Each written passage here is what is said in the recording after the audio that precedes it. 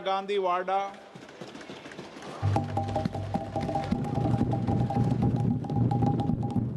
अध्यक्ष महोदय जी, आपने आज मुझे इस चर्चा में भाग लेने का मौका दिया, इसके लिए मैं आपको धन्यवाद देती हूं। आज जिस विषय पे हम चर्चा कर रहे हैं वह केवल एक विषय नहीं है, भारत की आत्मा का एक हिस्सा है। हमारा राष्ट्रगीत उस भावना का प्रतीक है जिसने सोए हुए, गुलामी में सोए हुए भारत के लोगों को जगाया, जिसने उन्हें हिम्मत दी कि ब्रिटिश साम्राज्य के सामने खड़े होकर वह सत्य और अहिंसा के नैतिक हथियारों के साथ सामना कर पाए। आज ये चर्चा एक भावना के ऊपर है।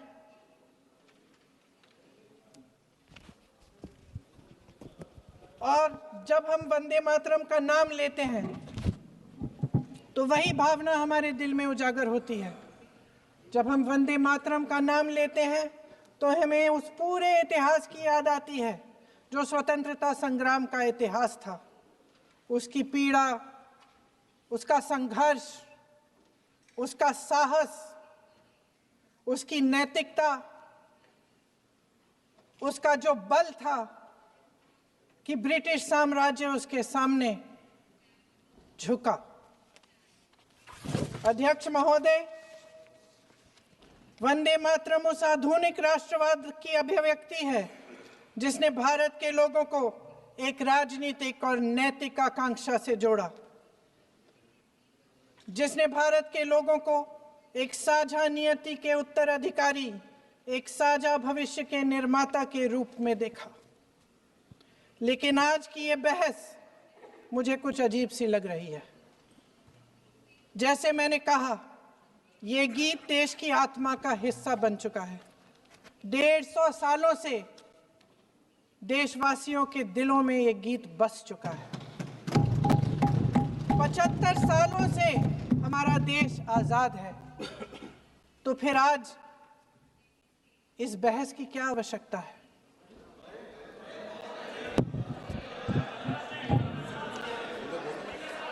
हमारा यहाँ मकसद क्या है? जनता से हमें दिया गया दायित्व, जनता का विश्वास, उनके प्रति हमारी जिम्मेदारी, हम किस तरह से इसका इस्तेमाल कर रहे हैं, हमें ये सोचना चाहिए। क्योंकि अब इस मोड़ पर हम इस सदन में अपने राष्ट्रगीत पर भी बहस करेंगे। आपने बहस मांगी है, आपने बहस मांगी है। आप तो इलेक्टोरल रिफॉर्म्स की बहस नहीं मांग रहे थे कि जब तक हम इस पर बहस नहीं करेंगे तब तक उस पर बहस नहीं होगी। इसकी वजह क्या है? इसकी वजह क्या है? हम आज यहाँ ये बहस क्यों कर रहे हैं? हमारा राष्ट्रगीत है, इस पर क्या बहस हो सकती है? हम ये बहस यहाँ आज 2 वजहों से कर रहे हैं। पहला कि बंगाल का चुनाव आ रहा है, हमारे प्रधानमंत्री अपनी भूमिका निभाना चाहते हैं उसमें। और दूसरी वजह ये है, ये मकसद है, पुरानी मकसद इनकी, अध्यक्ष महोदय, कि जिन्होंने स्वतंत्रता की लड़ाई लड़ी, जिन्होंने देश के लिए बड़ी बड़ी कुर्बानियां दी, उन पर सरकार नए आरोप लादने का मौका चाहती है। देश का ध्यान फिर से जनता के ज्वलंत मुद्दों से भटकाना चाहती है। यही एक मकसद है आपका। आपका मकसद है कि हम फिर से उसी अतीत में मंडराते रहें, उसी की तरफ हम देखते रहें जो हो चुका है, जो बीत चुका है। क्योंकि ये सरकार वर्तमान और भविष्य की ओर देखना ही नहीं चाहती, वे इस काबिल ही नहीं रही। सच्चाई ये है अध्यक्ष महोदय कि आज मोदी जी वह प्रधानमंत्री नहीं रहे जो एक समय में थे।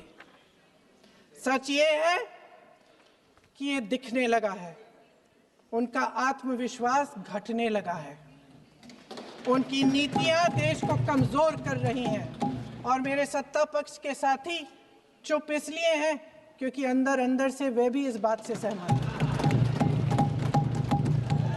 आज देश के लोग खुश नहीं हैं अध्यक्ष महोदय, परेशान हैं, तमाम समस्याओं से घिरे हुए हैं, तमाम समस्याओं से घिरे हुए हैं और उन समस्याओं का हल आप निकाल नहीं रहे हैं।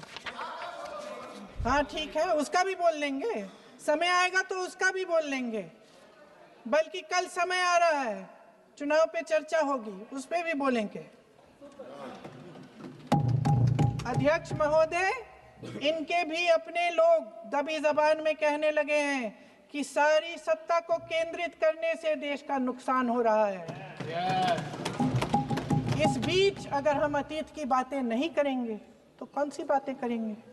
ये किसी और बात के काबिल ही नहीं है, सिर्फ ध्यान भटकाना है जनता का। इसलिए आज हम वंदे मातरम पर चर्चा कर रहे हैं। वंदे मातरम देश के कण कण में जीवित है, इस पर बहस नहीं हो सकती। लेकिन चलिए, आपने बहस मांगी, आप बहस करना चाहते हैं, बहस करते हैं।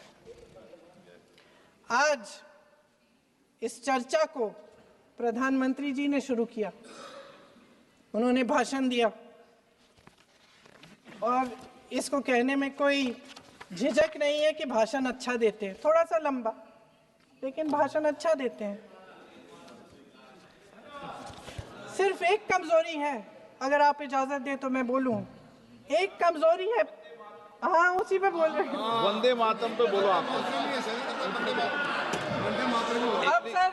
अब सर मैंने तारीफ कर ली, आज विषय वंदे मातरम का है तो हम वंदे मातरम पर ही रखें, ठीक रहेगा। सर ये वंदे मातरम पे ही है। सर आपने प्रधानमंत्री जी तक सुना था, अब तो शुरू नहीं हुए। सर भाषण बहुत अच्छा देते हैं, लेकिन तथ्यों के मामले में कमजोर पड़ जाते हैं, बहुत कमजोर। इसमें भी एक कला होती है कि तथ्यों को किस तरह से जनता के सामने रखा जाए।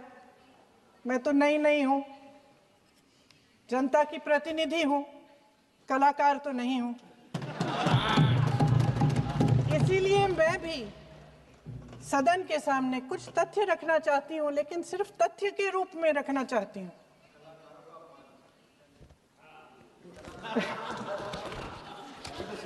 मैं उदाहरण दूं, उदाहरण दे देती हूँ। सर मांग रहे हैं सर वंदे मातरम के बारे में, वंदे मातरम की जो सालगिरह पे आपने एक बड़ा कार्यक्रम आयोजित किया था, उसमें प्रधानमंत्री जी ने भाषण दिया। उसमें उन्होंने कहा कि 1896 में पहली बार गुरुदेव रविंद्रनाथ टैगोर ने ये गीत एक अधिवेशन में गाया। उन्होंने ये नहीं बताया कि कौन सा अधिवेशन था, महासभा, हिंदू महासभा का अधिवेशन था, आरएसएस का अधिवेशन था, किस बात से कतरा रहे थे कि ये कांग्रेस का अधिवेशन था। और उदाहरण दूं कि मैं अपना भाषण जारी रखूं, दे रही हूं। जो वंदे मातरम की जो क्रोनोलॉजी है वो भी आप समझिए, जो असली क्रोनोलॉजी है। 1875 में महाकवि बंकिम चंद्र चट्टोपाध्याय ने इस गीत के पहले दो अंतरे लिखे, जो आज हमारे राष्ट्रगीत घोषित हुए हैं, मतलब जो घोषित हुए थे और जिसको हम आज अपना राष्ट्रगीत कहलाते हैं। ये पहले दो अंतरे लिखे 1882 में।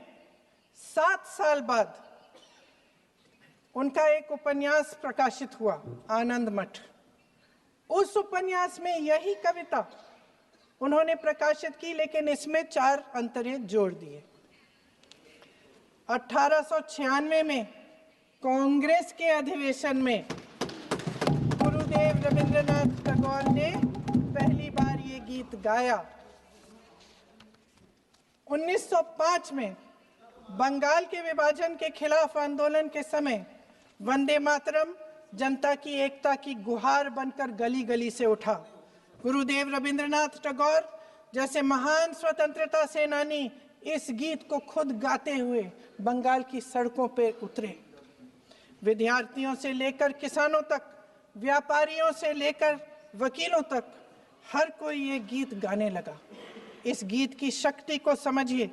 ब्रिटिश साम्राज्य इसको सुनकर कांपता था और हमारे देशवासी इसको सुनकर वे मन बनाते थे, वे हिम्मत बनाते थे कि इस भयंकर साम्राज्य के खिलाफ सत्य और अहिंसा के नैतिक हथियारों को लेकर शहीद होने की तैयारी करते थे। ये गीत मातृभूमि के लिए मर मिटने की भावना को जगाता है। इस गीत की शक्ति ये है, इस गीत का हमारे देश से जुड़ाव ये है। लेकिन 1930 के दशक में हमारे देश में जब सांप्रदायिक राजनीति उभरी, तब ये गीत विवादित होने लगा। 1937 में, अब ये मैं दूसरा उदाहरण देने वाली हूँ क्योंकि प्रधानमंत्री जी ने अपने भाषण में इसका उल्लेख किया और गलत किया, इसीलिए मैं इसके जो सच्चे जो तथ्य हैं वो आपके सामने रख रही हूँ। 1937 में नेताजी सुभाष चंद्र बोस कांग्रेस का अधिवेशन कलकत्ता में होने जा रहा था, उसका आयोजन कर रहे थे। तो जो मोदी जी ने पत्र सुनाया सदन में 20 अक्टूबर का और कहा कि जवाहरलाल नेहरू जी ने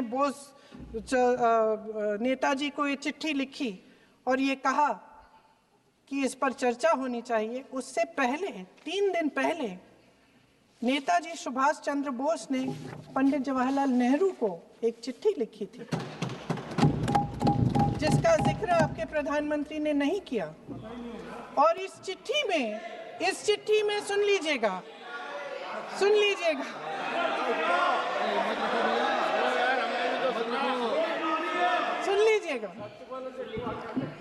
आप नेताजी के लफ्ज नहीं सुनना चाहते? बंगाल का चुनाव आ रहा है।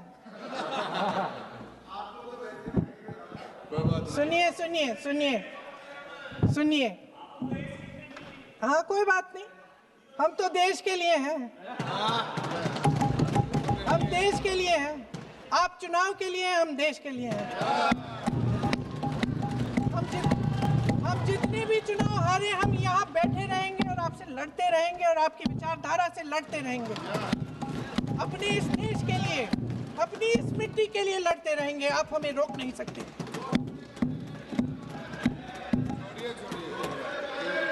सुन लीजिए सुभाष चंद्र बोस जी ने क्या कहा, सुन लीजिए। My dear Jawahar, reference Vande Mataram, we shall have a talk in Calcutta and also discuss the question in the working committee if you bring it up there. I have written to Dr. Tagore to discuss this matter with you when you visit Santi Niketan. Please do not forget to have a talk with him when you visit Santi Niketan. ये 17 अक्टूबर को लिखी जाती है। 10 अक्टूबर को नेहरू जी इसका जवाब देते हैं और आपके और 20 अक्टूबर को, हाँ ठीक है, 20 अक्टूबर को नेहरू जी इसका जवाब देते हैं। इस जवाब की एक पंक्ति प्रधानमंत्री जी ने सुनाई, बाकी पंक्तियां क्यों नहीं सुनाई? क्योंकि उनमें नेहरू जी क्या कह रहे हैं? There is no doubt that the present outcry against Vande Mataram is to a large extent a manufactured one by the communalists. Whatever we do, we cannot pander to communalists' feelings, but to meet real grievances where they exist. I have decided now to reach Calcutta on the 25th morning. This will give me time to see Dr. Tagore as well as other friends. समझ रहे हैं आप? प्रधान चुप है तो समझ ही गए होंगे। फिर क्या होता है? फिर नेहरू जी कलकत्ता जाते हैं और गुरुदेव जी से मिलते हैं और उसके अगले दिन गुरुदेव जी एक चिट्ठी लिखते हैं जिसमें वो लिखते हैं, अंग्रेजी में चिट्ठी है, उसका एक अंश मैं आपको हिंदी में बता देती हूँ, जिसमें गुरुदेव जी कहते हैं कि जो 2 अंतरे हमेशा गाए जाते थे उनका महत्व इतना गहरा था कि उस हिस्से को कविता के शेष हिस्से तथा पुस्तक के उन अंशों से अलग करने में उन्हें कोई कठिनाई नहीं थी। उन्होंने ये कहा कि स्वतंत्रता संग्राम में हमेशा से वही दो अंतरे ही गाए जाते थे और उनको गाते हुए कुर्बानी देने वाले सैकड़ों शहीदों के सम्मान के लिए उन्हें ऐसे ही गाना उचित रहेगा। उन्होंने यह भी कहा कि बाद में जोड़े गए अंतरों का सांप्रदायिक मायना निकाला जा सकता है और उस समय के माहौल में उनका इस्तेमाल अनुचित होगा। इसके बाद 28 अक्टूबर 1937 में कांग्रेस की कार्य समिति ने अपने प्रस्ताव में वंदे मातरम को राष्ट्रगीत घोषित किया।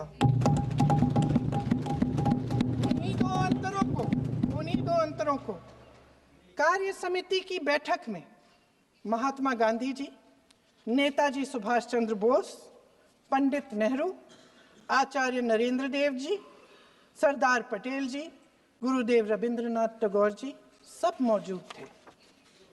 इस प्रस्ताव के ये सभी महापुरुष इस प्रस्ताव से सहमत थे। आगे क्या होता है ये भी सुना लूं।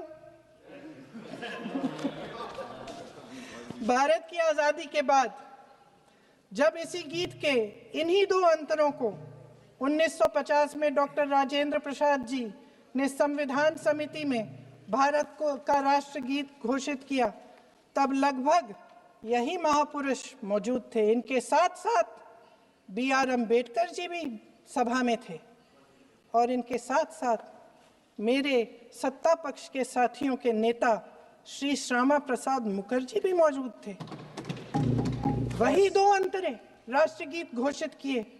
किसी ने कोई आपत्ति जारी नहीं की, कोई आपत्ति नहीं जताई। वैसे इन तथ्यों के साथ जुड़ा एक और तथ्य भी है जो मैं यहाँ पे आपके सामने रखना चाहती हूँ।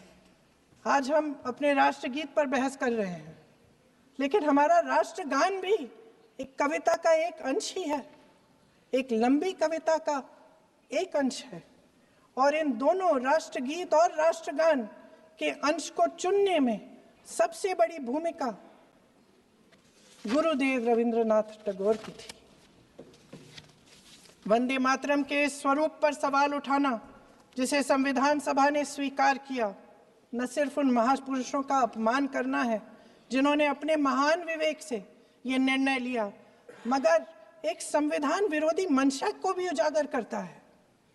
क्या सत्ता पक्ष के हमारे साथी इतने अहंकारी हो गए हैं कि अपने आप को महात्मा गांधी जी से, रविंद्रनाथ टैगोर जी से, राजेंद्र प्रसाद जी से, बाबा साहब अम्बेडकर जी से, मौलाना आजाद जी से, सरदार पटेल जी से, सुभाष चंद्र बोस जी से बड़ा समझने लग गए हैं?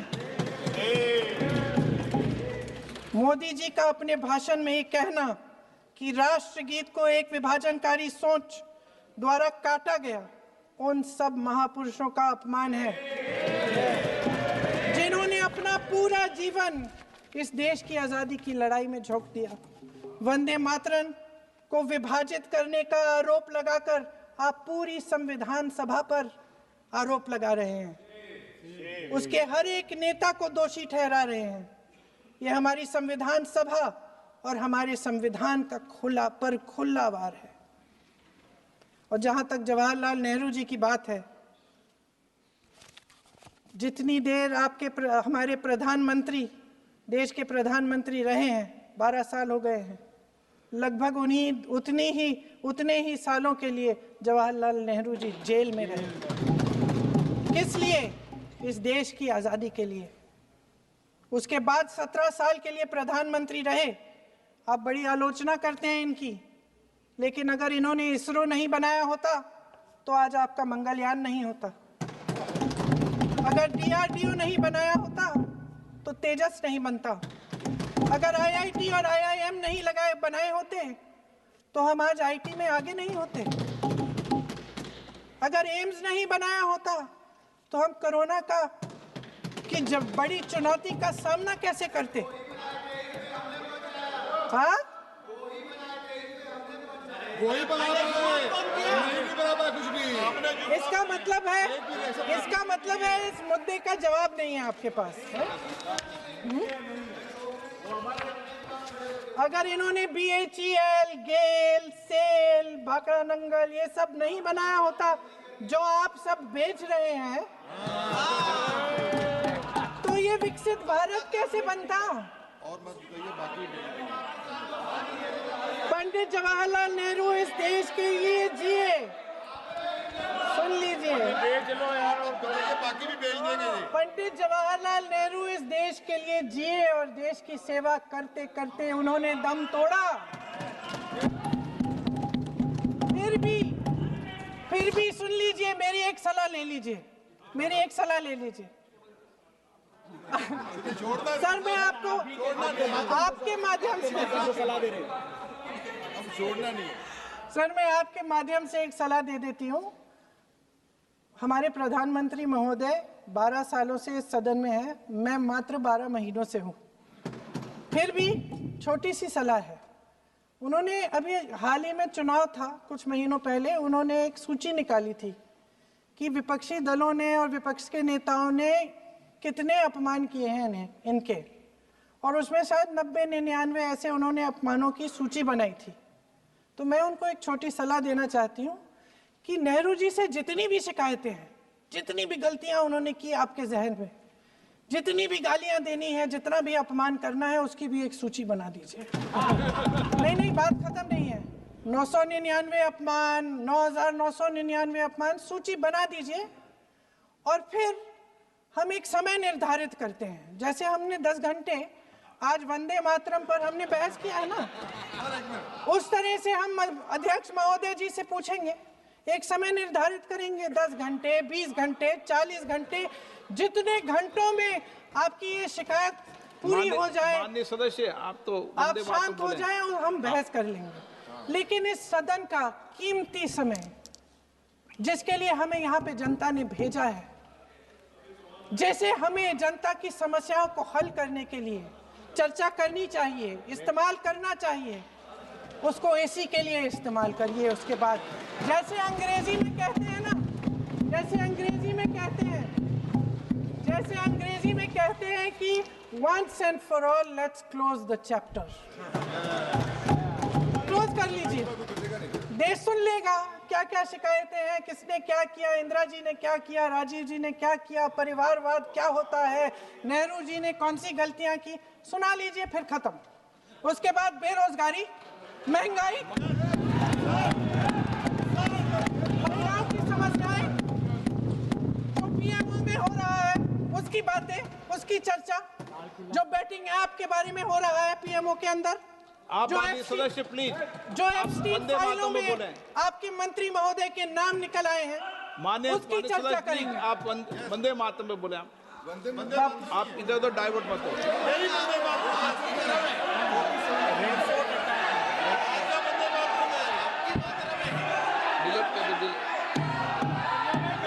क्या हो गया? आप 1 मिनट, हाँ कर दे।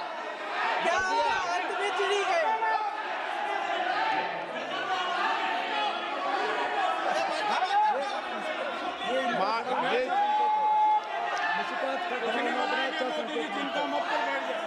बहुत बढ़िया। माननीय आगे सदस्य, बढ़ो। 1 मिनट, माननीय सदस्य आगे बढ़ो आप महोदय, आगे वंदे बढ़ो। मातरम पर सार्थक चर्चा करें। ठीक सर, इधर उधर सर, बात डाइवर्ट मत यही हो। थी सर, संक्षिप्त में बात यही थी कोई डाइवर्ट नहीं कि होना हम चाहिए अतीत अपन में को। बातें करते रहते हैं। माननीय सदस्य नहीं, आप बिना तथ्यों के कोई बात नहीं करें। आप वंदे मातरम में बोले उचित रहेगा।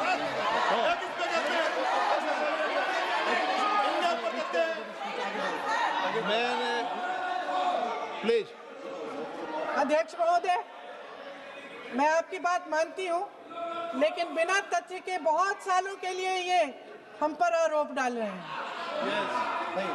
हम चुपचाप सुनते हैं, इनको भी थोड़ी सी संतुलन होनी चाहिए, सुनने की थोड़ी सी हिम्मत होनी चाहिए। ये राजनीति है, हम बोलेंगे, आप आप वंदे बोलेंगे। मातरम बोलें। वंदे मातरम सर।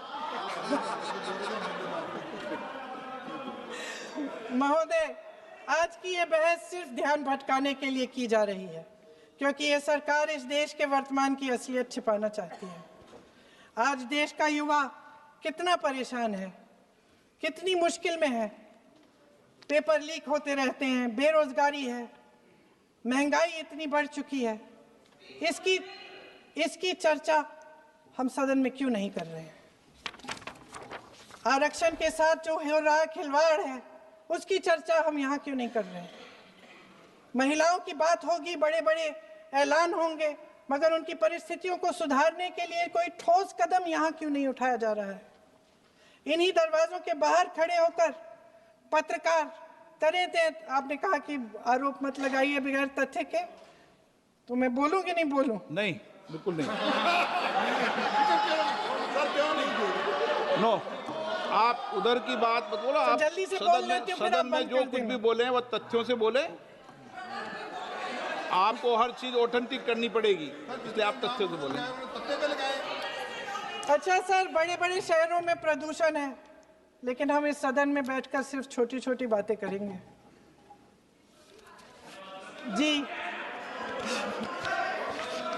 जो अतीत की बातें हैं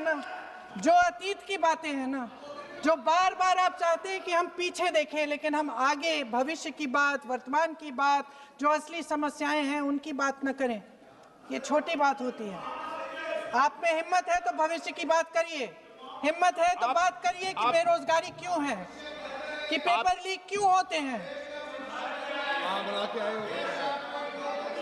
आप चेयर को एड्रेस करें। आपको अच्छा, खत्म कर लेती हूँ, चेयर के एड्रेस करो आप। अध्यक्ष महोदय जी, सच्चाई ये है कि इनका शासन दमन का शासन है। इनकी राजनीति दिखावे की राजनीति है, इवेंट मैनेजमेंट की राजनीति है, चुनाव से चुनाव तक राजनीति है, तरह तरह के ध्यान भटकाने वाले मुद्दों की राजनीति है। वंदे मातरम इस देश की उन्हीं उम्मीदों की गुहार है जिन्हें आपका शासन हर रोज ठुकरा रहा है। आज भी सरहद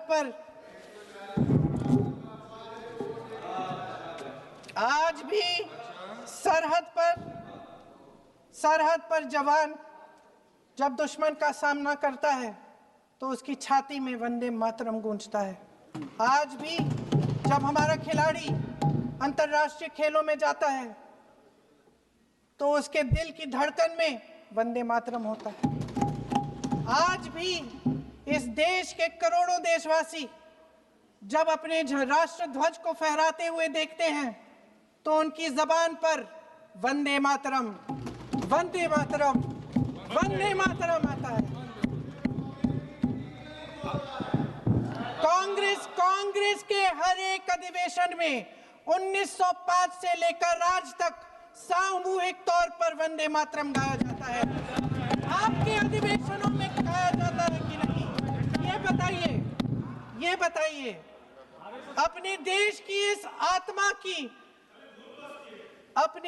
की आत्मा के इस महामंत्र को विवादित करके आप एक बहुत बड़ा पाप कर रहे हैं। इस पाप में कांग्रेस पार्टी शामिल नहीं होगी। ये राष्ट्रगीत वंदे मातरम हमेशा से हमें प्यारा है, हमेशा से हमारे लिए पवित्र रहा है और हमेशा के लिए हमारे लिए पवित्र रहेगा। धन्यवाद।